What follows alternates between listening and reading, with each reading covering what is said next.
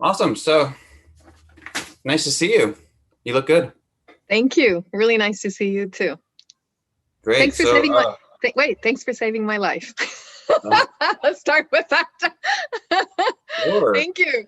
Thank you. I'm here because of your work. Thank you so Well, much. it's a group effort, honestly. It is a So, group effort. I think this could be a very easy, open dialogue. I'm sure you have a lot you want to talk about, but I thought it'd be good to start off just as a recap of a little bit of just what you went through and what we did with surgery and what other treatments you had. And I'd be happy to help you out with anything from my end, but Great. Thank you. I came into this treatment after 17 months of doing alternative treatments. I tried many different things, including going to a clinic in Mexico. Didn't work at shrinking my tumor. And so then I went into doing the full protocol, which was low dose Xeloda pills with radiation for 5.5 weeks. After healing, there was the surgery. And then after that was followed by 4 months of stronger chemotherapy. And then the reversal of the ileostomy. right. And so the imaging we did prior to surgery included MRIs of your pelvis, and I think you even had an endorectal ultrasound I in did. order to good staging. And then we did CT scans to make sure the tumor had not spread, and then we did the chemo radiation, and then we waited a while. How long did we wait after the radiation was finished before we did the surgery? It was Um, it was close to it, two or 3 months, huh? yeah, I think it was something like 10 weeks. Yeah. Okay. And then the surgery for the removal of the tumor was it was a low anterior resection, which we did laparoscopically. So we went in through the abdomen and used very small holes and laparoscopic instruments and actually removed all the tissue around the rectum, including the lymph nodes. And then we removed the specimen and sutured your remaining colon down to the anal muscles, basically with a hand sewn coloanal anastomosis, which is about as low as you can get surgically. Just there's really no other technique to get that low on a reconnection. And then we did a diverting ileostomy, which is just a loop. So, and you had that diverting ileostomy for quite a long time, It was 8.5 months. 8.5 months. I mean, normally we would keep it, minimum of 6 weeks or so, but you kept yours for a long time. And why did you keep yours really that long? I was doing chemo. I got, a higher dose of chemo after the surgery. So I think 6 weeks after when I healed from the first surgery, then I was put on 4 months of stronger chemo. And then I waited to heal from that. Okay. Um, I mean, what did you find that the you learned from the radiation experience?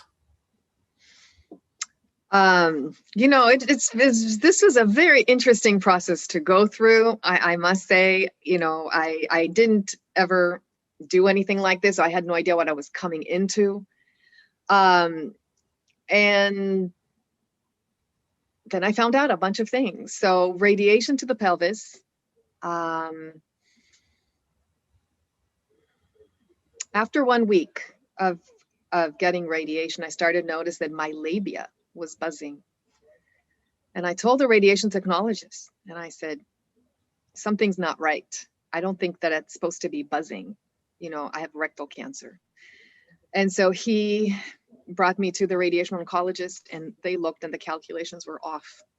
And they were getting a larger field that could have gotten the clitoris and the labia. And so that was very concerning. And they redid the calculations and got that out of the way. And so, wow, I mean, how amazing. Like, we need to be vigilant and say what we're feeling, patients do. If something feels off, we have to mention that to the doctors, even when it's uncomfortable or in sensitive areas. Yeah. Yeah. Radiation, after about 2 weeks, I started feeling some burning around the perineum. And urinating was painful. And I needed to apply a lot of lotions with that. The radiation oncologist gave me zinc oxide. I was using aloe vera. And it's tough. The area is being burned and the skin is very sensitive. And so it just takes time. I was trying to distract myself as much as possible from, the burning. And as the body was healing from radiation, at first there's a lot of inflammation, and there's a lot of secretions, vaginal and anal. And so that was there for about a week. I wasn't expecting, I didn't know what to expect. It's like, what do you expect when you come to these things? And nobody knows, nobody tells you, oh, by the way, this is what's going to happen. And this is the normal healing process. And after a couple of weeks, again, there was burning, while urinating. And then as the body was healing, it was itching, like maddening itching at some point. So my strategy was to try and distract myself as much as possible. Just go and see people and, I don't know, distract as much as possible. But thank goodness after 6 weeks, the area healed, and okay, good. On to the next phase. Yeah. It's a good point that you would think that if you're getting radiation for rectal cancer, that your rectum would be the only thing affected, but absolutely it's going to get other structures in the area, including urinary structures and the skin and lymph nodes and things that everything will burn and hurt. And what you had learned about prior to radiation didn't encompass a lot of these things. You're saying you knew that there would maybe be some discomfort or diarrhea, but nobody had really discussed a lot of these other side effects with you. No, or what, the healing process would be like. What am I supposed to expect from this? No. I learned to take cannabis oil for sleeping when there's a lot of effects that happen with radiation. This is just the beginning. You shrink the tumor, get as much of it killed as possible. But at the same time, obviously, the ovaries become irradiated and they stop working. And so a woman will hit menopause immediately, within a few weeks. And yeah, within a couple of weeks, I started having hot flashes. I didn't even know what a hot flash was, and then I was like, whoa, wait a second. What is this? Why is there like heart palpitation? I thought there was something wrong with my heart. And then like there's a quickening, and then there's a heat. And I was like, at some point, my brain's like, oh, you're having hot flashes. Okay. Hot flashes. All right. Nice to meet you. And then I stopped being able to sleep. Because progesterone is down, estrogen is down, and the whole hormonal system goes out of whack abruptly. And then I couldn't fall asleep. I'd be in bed for hours and not sleep. And this went on every single day until I learned that I needed to take melatonin, 10 to 20 milligrams per night, or use cannabis oil. It was something that was, it's an indica prep, which just makes the body really tired. And it was a very concentrated oil and just got me to sleep. And, especially healing from radiation and the itching was like poison oak itch, but in the perineum, which was like maddening, around the anus, around the vaginal opening. So for me, sleep was critical, and taking cannabis oil was really helpful because it just knocked me out. And let's say, for 8 hours, I didn't have to think about itching. So that was, some of the side effects. Obviously, they told me that, radiation would get the uterus as well. And I would never, obviously, be able to carry a child. They said, what I didn't know at all, and this came as a total surprise, like out of left field, was that radiation would also hurt the vagina, the birth canal. So, so the if the rectum is here, the vagina is right on top of it, right? I mean, you can correct me, but Mm-hmm. so when a beam comes, it's gonna hit it. And especially, let's say if this is the rectum and this is the vagina, and there's a big tumor here and there's a focus here, this part of the vagina will probably get damaged. And so I didn't know that was a side effect at all. That was not discussed whatsoever. And so what happened was there is an area in the vagina that has some scar tissue. Okay, scar tissue. But not only that, in the scar tissue, there's nerves, and Mm-hmm. those nerves got damaged as well. And so now if I have any penetration, if I want to engage in sexual relation, there's pain always associated with sexuality. I had no idea this was going to happen. No one ever said a word to me about this. So it came as a total surprise. And then when I called back the radiation oncologist and I said, so what do I do with this? No solutions. They also didn't tell me that the scarring in the vagina, it can grow. And for some women, it can actually grow and close off the vagina. It completely can, attach it. And then there's no possibility of having intercourse. I know that there are corrective surgeries for these, and some women do go and have reconstructive surgeries. And so that's really a very serious side effect of some of the scar tissue. Mine was not that way, but I have met women who have had this type of a scar tissue growth. So I also didn't know that radiation would hurt the vaginal lining. Mm-hmm. And then a woman needs to engage in something called dilators. It's like doing physical therapy to the vagina. And so dilators come in various sizes. I didn't even know what those were. Nobody told me about what they were. Again, there's a lot of figuring out, what do I do after radiation? How do I take care of this? And so some radiation oncology offices do tell their female patients about, vaginal pain and scarring, and that they have to use vaginal dilators. They come in different sizes, let's say small, medium, large, or maybe bigger. Some of them are made of light plastic. Some of them are made of silicone. And a woman needs to insert them and just hold them in, stretch the vagina, because the radiation shrinks the vaginal wall. So if a woman still wants to remain sexually active, she must use dilators. Yeah, and that's a process too, yeah. How long did it take for you to start feeling better after the radiation finished? And did those sort of side effects show up right away, or are these things that took months or years before you even noticed? So to feel better from radiation, I mean, the side effects from radiation started in week 2, like I'm going to say the burning from, burning with urination started week 2. Feeling the labia buzzing, that was after 1 week. And I was like, wait a second, something's off.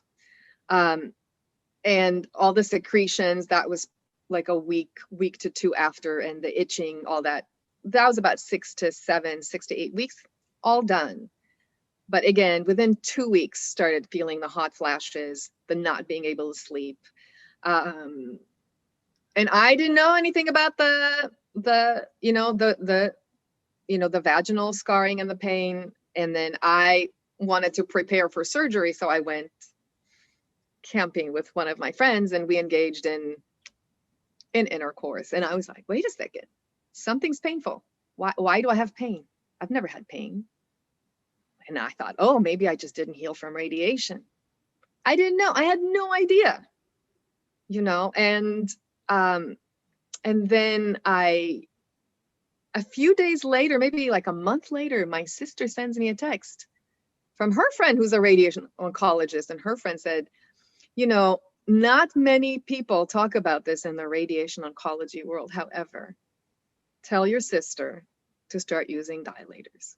And I was like, what are dilators? Went online, what are dilators?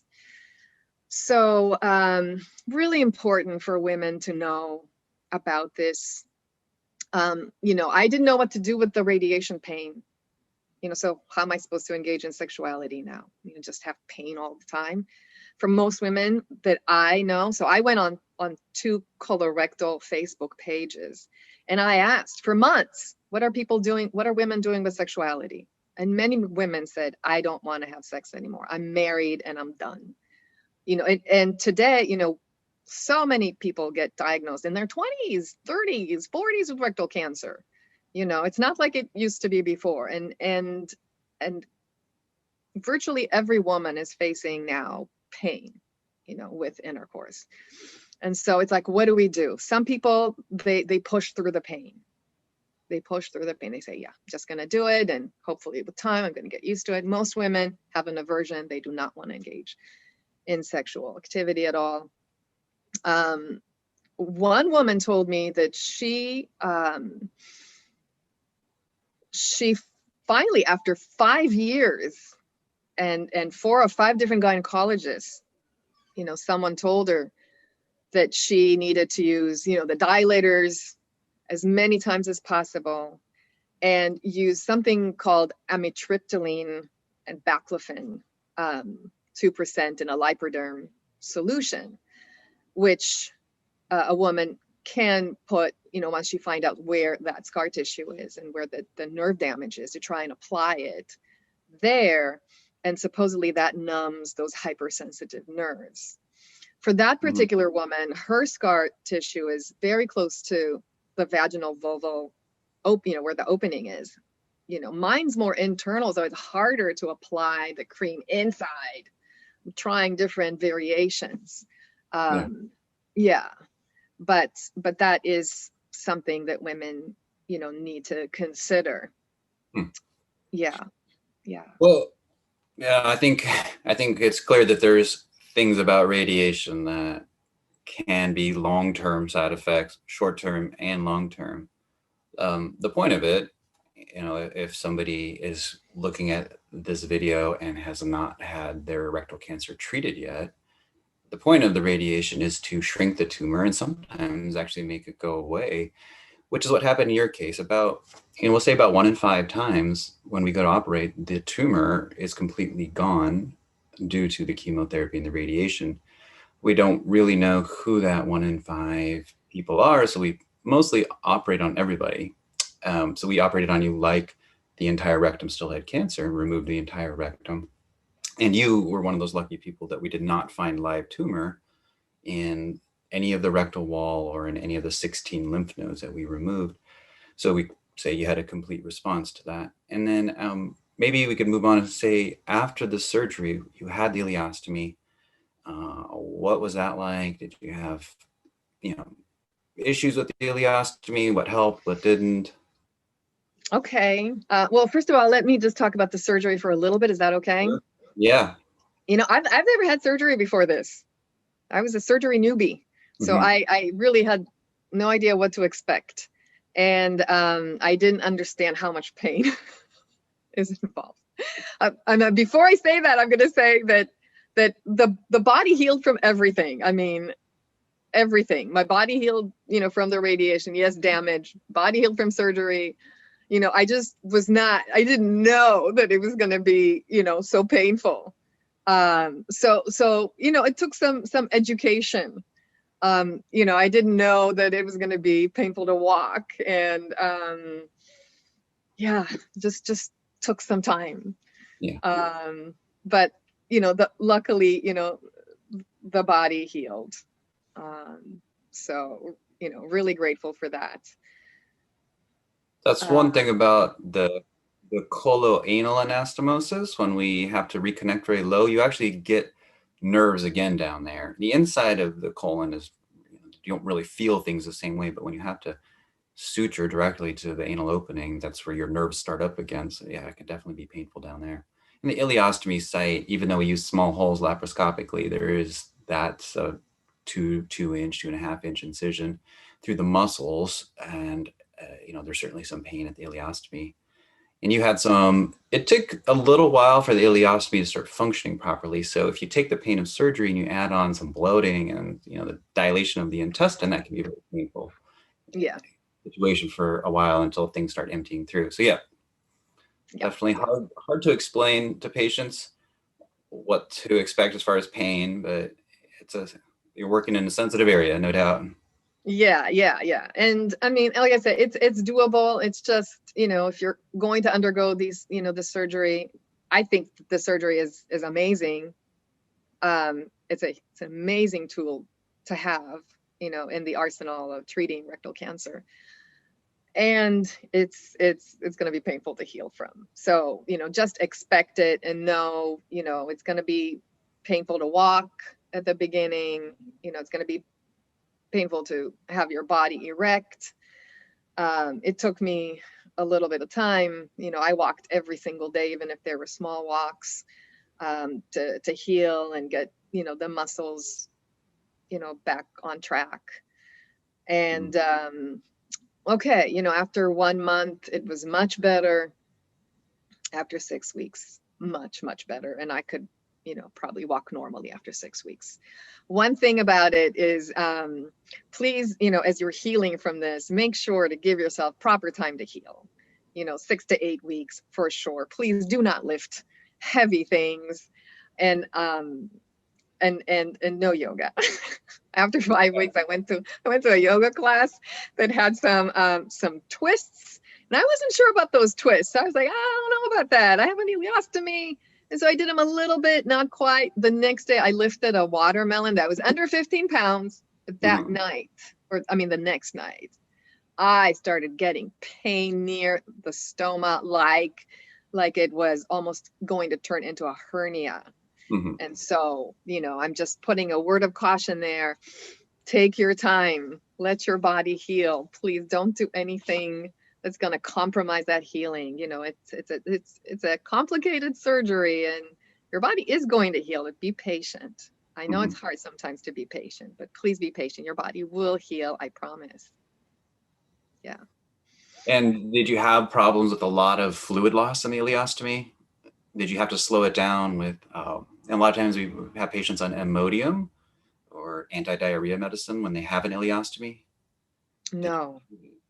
My ileostomy was very nice to me, except at the beginning, because I didn't know what to eat. I didn't eat the right foods. So, word of caution, when you have a new ileostomy, please, no fibrous foods and no peels of any kinds, and no seeds or nuts, no tortillas, no beans, no lentils. They all have a seed coat. Yeah. And no raw fruits and vegetables, except maybe for banana, avocado, for at least 6 weeks, and then slowly start to introduce it back in. And do research. Go online. Say what should I not eat, for the first 6 weeks. I know at the hospital, everyone tells you low residue diet. Yes, low residue diet. Absolutely. I did some smoothies, with bananas and almond butter and coconut water and low residue food, white rice, things like that. Once I ate a tortilla. Maybe like 4 weeks or 3 weeks, 3 weeks after coming home. I thought I was dying almost. The pain of my body trying to break down the tortilla. I was sitting on a couch for about an hour, not able to move. So really, really, please do pay attention to eating a low residue diet. Look online what not to eat. No mangoes, no mushrooms. It tells you what's really fibrous. Just don't eat it. And then later on, introduce it one step at a time. Sometimes at the beginning, I would try a new food and my body was still having a hard time digesting, was giving me some digestion pains. But then if I waited a couple of weeks, introduced it again, it would be fine. I was on a mostly vegan diet with the ileostomy, and no problems. It wasn't too watery. It wasn't too thick. Hmm. It was just fine. You know, the output was fine. And I learned what to do with it. I think you're a minority, honestly. A lot of patients with ileostomies seem to have a lot of problem with high output, and it's probably because they're not as regimented on their diet as you are, and maybe not as healthy. The point of the low residue diet is it's just a fancy way of saying as long as your whatever you eat is mostly absorbed by the time it reaches the end of the small intestine, then there's less stuff to come out into the ileostomy bag, since that's really the end of the small intestine. So, things that are tough to digest, just they show up at the ileostomy bag, and then they can drag a lot of fluid and water and things like that through with them. And, people can have more issues. So, yeah, peels and seeds and things like that are very tough for the intestine to digest and absorb. So they'll show up formed still at the ileostomy. And I suppose like in your case, you actually almost had a blockage just from the peels themselves sort of just getting stuck there. Yeah, So well, yeah, that's a good. I had peels and seeds. This is while I was at the hospital because of course, I didn't listen. I didn't like the hospital food. The quality wasn't what I enjoyed. And so I asked my family to bring me, fruits and other things, and I ate it, and it basically stopped my stoma from flowing, Hmm. and which created a lot of bloating. Anything I put in, I would throw up, and then I stopped eating because it wasn't worth it. And then you put me on that awesome IV food until we got it to unblock. Yeah. And after that, I was super vigilant about, you know, peels, for the first 6 weeks, and seeds and nuts, and just not in the diet whatsoever. Did not want to repeat that at all. The other thing about ileostomies, well, any ostomy, the first week or so after you make them, they're swollen.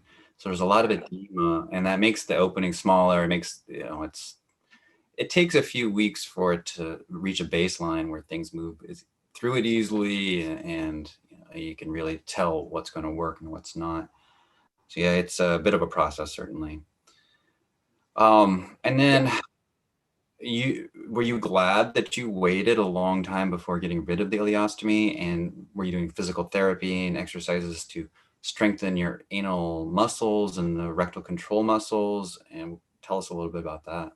Yeah. So, I'm going to say, yeah, ileostomies, they take time. This is a new thing, of course. I didn't know what to do with an ileostomy, but okay, the home nurse that came over showed me what to do. It took time to figure out ileostomies, how to care for them, what to do with them. Ileostomies leak, on occasion. I learned at the bottom to put a binder clip. One time I had a leak from the bottom. Not pleasant when in company. Not pleasant. I suggest put a binder clip. It's not going to open. But the harder things about leaks, it was that it would leak from the top. Hmm.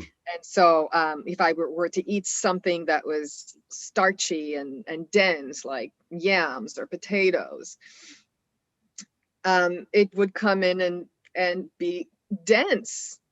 And then that denseness it's called pancaking. Are you familiar with that term? I haven't heard that one actually.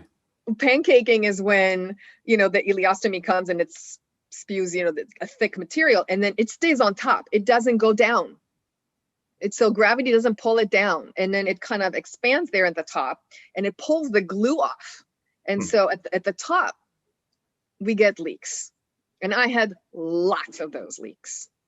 And so what I learned to do was to call up the companies, Convatec, Hollister, all the stoma supplies companies. Did I say Coloplast? And just problem solve with their staff. They're excellent at problem solving. And I would say, this is what's happening.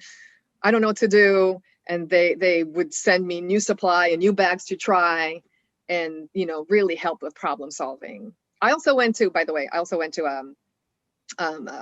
stoma support group, and they have them online. UAOO. It's an ostomy group where you can type in your zip code and it'll tell you where it is. And sometimes it was nice just to come and complain and say, it's leaking, you know, it's leaked 5 times this week. I'm at my wit's ends. And someone saying, yeah, me too. And I'd be like, oh, okay, it's not just me. Yeah.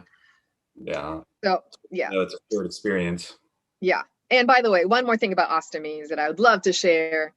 At the beginning, you know, I would wake up twice a night to empty the bag. And then I learned with time that if I stop eating by dinner by 4, then by the time I go to sleep, I'd empty the bag a couple of times, and then I wouldn't have to get up in the middle of the night to empty the bag. Mm. Or there's 2 bags with 2 pieces where one is like a larger bag, and then a person can put that on for the night. So there are some options. Anyway, ostomy, you know, took time. I watched YouTube videos at the beginning just to figure out how to do it. Yeah, there were leaks. You know, every time there's a leak, you know, some of it, if we don't get to it immediately, gets around the stoma, eats up the area. So it's sensitive and tender. And sure. Yeah. The skin does not like the small intestine contents. It's very acidic for it, burns it. Yeah, we try very hard to make sure that there's actually a bit of space above the skin with the ostomy, so some of it pooches out. That's actually how we make them. And that is so that there's a little bit of space to cinch the bag around the base to keep the fluid off of the skin. That's how we try to make them. Yeah. And you know, it is part of the deal. You know, it is going to leak. If you're going to have an ostomy, it is going to leak. Yeah. But it doesn't, because, you know, it's like there's a learning curve, just like in everything, you know. And in a few months, I was very comfortable changing my bag on a plane, you know, in the middle of the night, and it wasn't a big deal. At the beginning, it was a big deal. It's like, oh my God, why do I do this? And it spews all over, and, you know, you clean up the floor and the rug, and, you know, fine. You know, it just takes some time to learn. As long as you're patient, you stick with it, you know, probably it will be fine. And yeah. And then I was just going to ask, what about pelvic floor physical therapy? Did you do that prior to the ileostomy reversal? I did, because I wasn't sure by that time that I wanted to have the reversal, because, you know, I was with this ileostomy for 8.5 months. You know, I learned to live with it. I had a great quality of life. Okay, occasionally, yes, there would be, you know, leaks, but overall I knew how to manage them, and I could do everything. I'd go hiking, I could go dancing, I could do anything. It was not a big deal. Sure. So I wasn't sure. So you sent me to the pelvic floor physical therapist, and one of the great things that she did was she put a sensor in through the anus, and she measured the sphincters. There's 2 sphincters, she said, and she measured whatever the internal and external. And she asked me to hold, and she said, okay, it's holding well. So I knew, okay, you know, the possibility exists for me to have a life where I won't have a bad quality of life, because I can hold. And yeah, I did absolutely the pelvic floor physical therapy exercises religiously. Very good.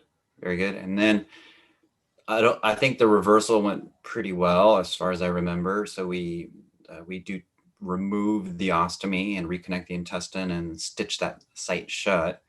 And you go back to having bowel movements from below it pretty much right away. Yeah. And what was that process like? This is a crazy process. Did I mention crazy process? All right. So to heal from this surgery, okay, everyone that I spoke to about this before told me it takes about 2 years to heal from the surgery. And I didn't believe them. But that's probably right. It's true. It takes over 2 years, you know, for me, maybe 2.5 years. You know, now I'm good. Quality of life is good. Good. I know what to do with this body. How far ahead are you now? How long ago was all this? It's going to be 3 years in April. Okay. April 12th. Okay. So, but the beginning, okay. First week, you know, hell.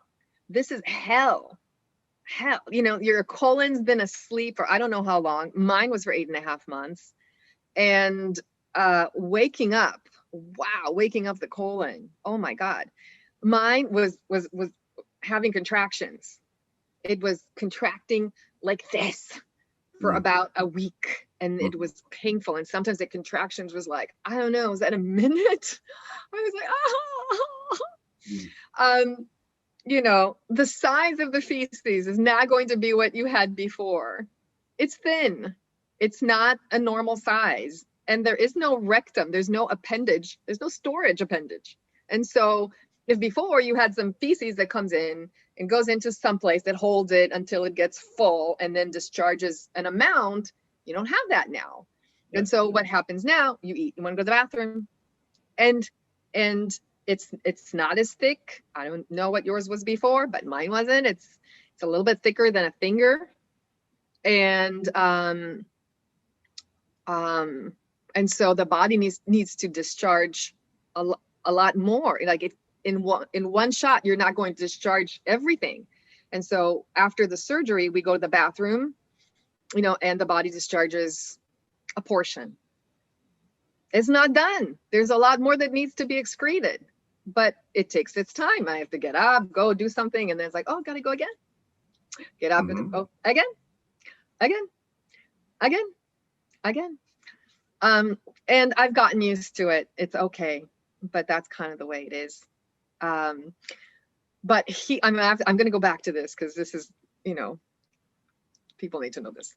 Healing from this surgery, the first week is hell, and you're going to wish that you didn't do it. Okay. I prayed. I was like, after the first week, I was like, oh my God, I made a mistake. I should have stayed with the ileostomy.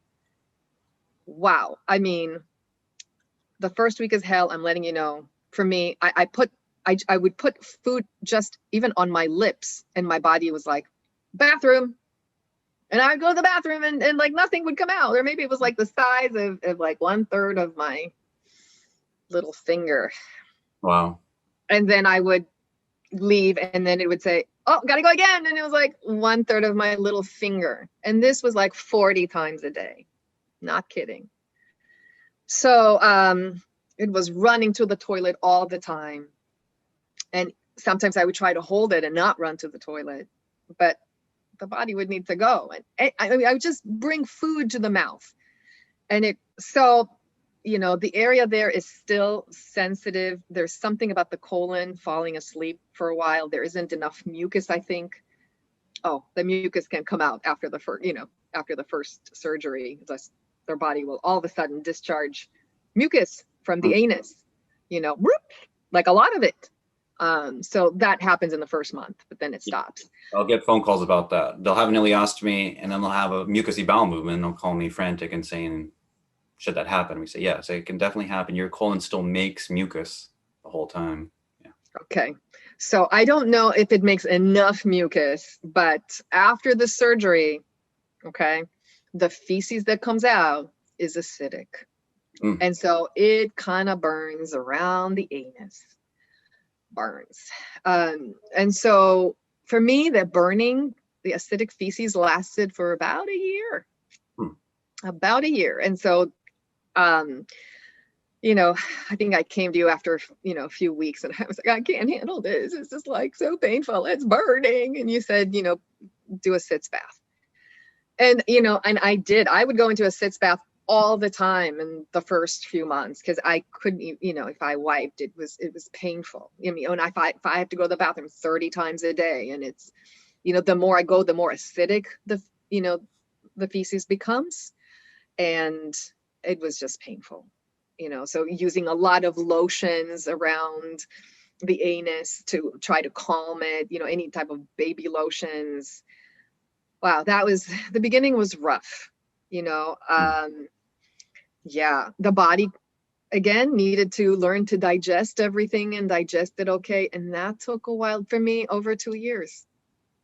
You know. Did any medicine help this process? Did you take Imodium after the ileostomy reversal or anything? I didn't want to take anything. I wanted the body to heal on its own. And so I just weathered through it. Yeah. It's challenging. You know, there's something called clustering that happens after the surgery. And clustering is when the body needs to go into the bathroom, and it will do it, in like 15 minutes interval for like 3 to 5 hours. And so a person is like running to the toilet a lot. Clustering. Sometimes after the surgery, there's, at the beginning, there's a lot of these stools, and then it kind of calms down. Then it feels like maybe it'll go into constipation for like a day or two. For me, not as much because I'm vegan. So, and, I eat lots of fiber, but other people that don't, they can then have, I see that on the colorectal Facebook pages all the time. They can have constipation for several days. And then of course it's followed by several days of being in the bathroom. And so that's kind of like an ebb and flow of that. Portion size. Wow. After the surgery, you're going to need to learn to eat small meals. That was really tough for me. I was a big salad eater. I was just a big quantity eater. Can't do that anymore. If I eat a large meal, the quality of my life will be terrible. And so it's either, I've learned to space my meals in the right way and not to have big meals. Anytime I have a big meal, I will be in the bathroom for the next 2 or 3 hours, going back and forth all the time. Yeah. Did you keep a food journal about what made things worse or better? I do tell a lot of my patients to try that because there's certain things that will set them off, give them crampy pain or diarrhea or more acidic stools. Yeah, I think that's probably a good idea. I didn't keep a journal. My acidic stool, like I said, lasted for about 11 months. There was nothing I could do about it. I think it was just my colon needed to heal and produce the right amounts of mucus, post 8.5 months of being asleep. I also needed to rehabilitate the gut. Colon's dead for, not dead, but not functioning for several months. I've had antibiotics during surgery, chemo, stronger chemo for 8.5 months, and it killed a lot of the good gut bacteria. And then, that breaks down a lot of our foods and makes B vitamins for us. So I needed to really learn to repopulate the gut. And so mega doses. I think after 6 months, I took something called VSL number 3. It was several billions a day. I don't know, like 500 billion a day for several months. And that helped with reducing some of the acidic stool. And then I would just change probiotic, but mega doses. It took quite a different kinds, just to repopulate the gut, by different kinds of good bacteria. That's a good point. Yeah, that took a while. Yeah. Some people, I was like, how am I supposed to have a good quality of life? How am I supposed to do things if I'm constantly thinking about bathroom? Where's the bathroom? Where I'm going to the bathroom? And then one woman told me she went to a pelvic floor physical therapist that gave her a massage technique that works for her. Doesn't work for me, but works for her. Yeah. So she massages the ileocecal valve for a while until she feels it flutter. In the morning, she does that every morning for about 15 minutes. Then she massages the sides of the colon and then goes from the ascending, traverse and descending colon, and does several runs of that. And then goes back to the ileocecal valve. And for her, after that, she'll get up, do her morning, and then she has a bowel movement, and she empties the colon. She said about 2 feet of feces come out when she does that every day. And then for the rest of the day, no problem. I was like, oh my God, I tried it. It didn't work for me. Okay. It worked for her. Maybe I need to try it a few more months. I don't know. Didn't work on this body. And then I was like, okay. So I learned, let's say, I went on I flew to Israel. I did an enema, cleared the colon, no problems on the flights, did it there, came back. This is my go-to when I go on long trips and I know I don't want to stop for several bathroom, stops. Yeah. I also learned that if I in the morning drink 2 cups of warm water with half a lemon or a lime, and then 20 to 30 minutes after that, I follow it with 2 cups of pure celery juice, the salts in that plus the salts of, and the acid does something. And also after I eat, it's almost like a natural laxative. It Hmm. will clear out the colon. And so, but I only do this in mornings where I know I'll be near a bathroom for 2 or 3 hours after I eat. But then I know that for the rest of the day, I'm good and I won't have to go to the bathroom after meals. Wow. So actually, I think this is really interesting. So if you have a 6 or 8 hour period where you really don't want to have clustering and frequent bowel movements, you're saying, do you fast, then do an enema, or you clear yourself out with celery juice, do an enema, and then try not to eat much, and that works? Is that your technique? You know, I don't do an enema. I mean, if I'm going on a long trip, I do an enema Yeah. and no problem, but no, on a normal day, let's say if I want to go out in the evening, and I'm going to be with friends, and if I want to eat and not worry about eating and going to the bathroom, eating, going to the bathroom, then yes, I do. I'll in the morning, if I can, on just an empty stomach, I'll have my 2 cups of warm water I with see. lemon. This also works with, hibiscus leaves also. If I put hibiscus with water again, I drink, that's the same thing. They're very acidic. And then if I wait 20, 30 minutes and follow any of those drinks with 2 cups of pure celery juice, you know, and wait 20, 30 minutes, have breakfast, then yeah, it will clear out the colon. And I'll go to the bathroom for, maybe 2 hours after that. But then I know in the evening, I'm good. I can go out and there will be no problems. So Got it. that's my trick. Yeah. Got it.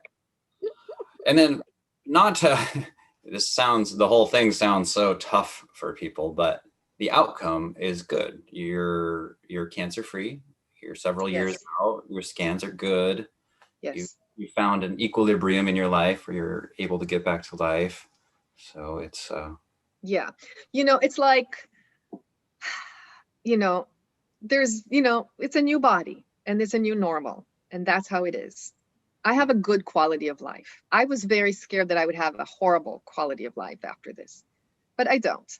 mhm. I mean, still working on that sexuality bit, and the numbing cream to get that right. But, in terms of my eating, I know how to work with this body and the body knows how to work with me.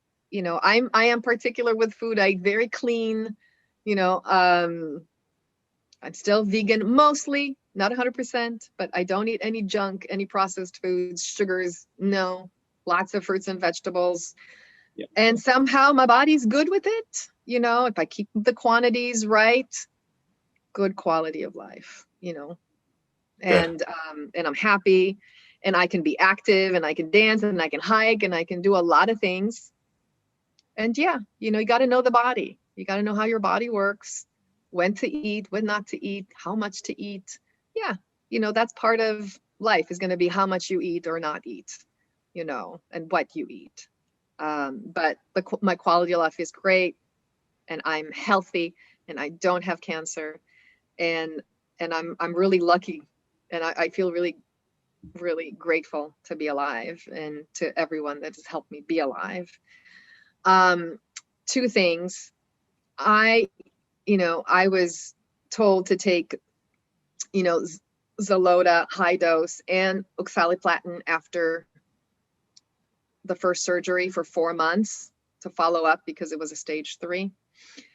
And I refused oxaliplatin for me.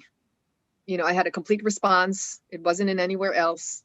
And I refused it. It's a very challenging chemotherapy agent, and it didn't make sense for me to use it. Neuropathy, a lot of digestive issues from it that can last for years or maybe never go away. And so I refused it. I just stayed with the Zolota high dose, which made sense for me because I had a complete response. My CEA was normal. And so that worked for me. I made that choice. And with the radiation, I know that now they have some clinical trials. They've got prospect trials about having high dose chemo at the beginning and then having the TME, the total Yeah. excision surgery. Giving everything up front before surgery. Yeah. Yeah, and not radiation. And I know that some people do that today, where they forego the radiation. Radiation does have a lot of side effects in terms of, I'm going to say, women's, vaginal health and sexual health and hormonal health. And so that is an option that I think people can look into and see if that's available to them. Got it. Yeah. I think I've had you long enough, but thank you. I've always appreciated our relationship because I think that I learn a lot from you, and you've really pushed me in particular to make sure that my patients understand things and that we provide some resources. And there's a limit to, each of our specialties, how much each of us knows about things, but nobody knows better than somebody who's been through it. So I do appreciate you teaching us a little bit back. Yeah, thank you. Thank you so much. And I've always appreciated your open-mindedness and your ability to hear and take feedback and listen and think outside the box and allow for possibilities, allow for education, allow for choice. And I always felt so comfortable with you because of that. If I asked you, okay, if I don't want to do this chemo, and you were like, well, it's your life and your choice, and this is what we see, and you get to choose. But I never felt judged. I never felt like I never felt intimidated. And on top of that, I so appreciated your skill and your expertise. And I know this is a complex surgery, so I thank you for that so much, so much. I mean, I love you, and I'm so grateful for you. Yeah, and this subject, it has been very, very important for me, and thank you for having me on this. And I am writing a book. It's called Healing the Deepest Wounds, and it is going to talk about everything in more detail and everything, having the stoma, tips about working with the stoma, even things like, put toilet paper in the toilet before you empty the stoma. Otherwise, it's just gonna like jump on your face. Oh, right. Yeah. Yeah. The little things. The little things, that sometimes people forget to tell you. Oh, that's what's going to happen. What do I do for keeping it from splashing? So anyway, that's in process too, just for extra resources. Send me any links of good resources that you've had, and the book link and the name at least, and we'll put it in the notes of any videos that people can actually look those things up also. Wonderful. Thank you again. Thank you so much. Take care of yourself. Thank you. You too.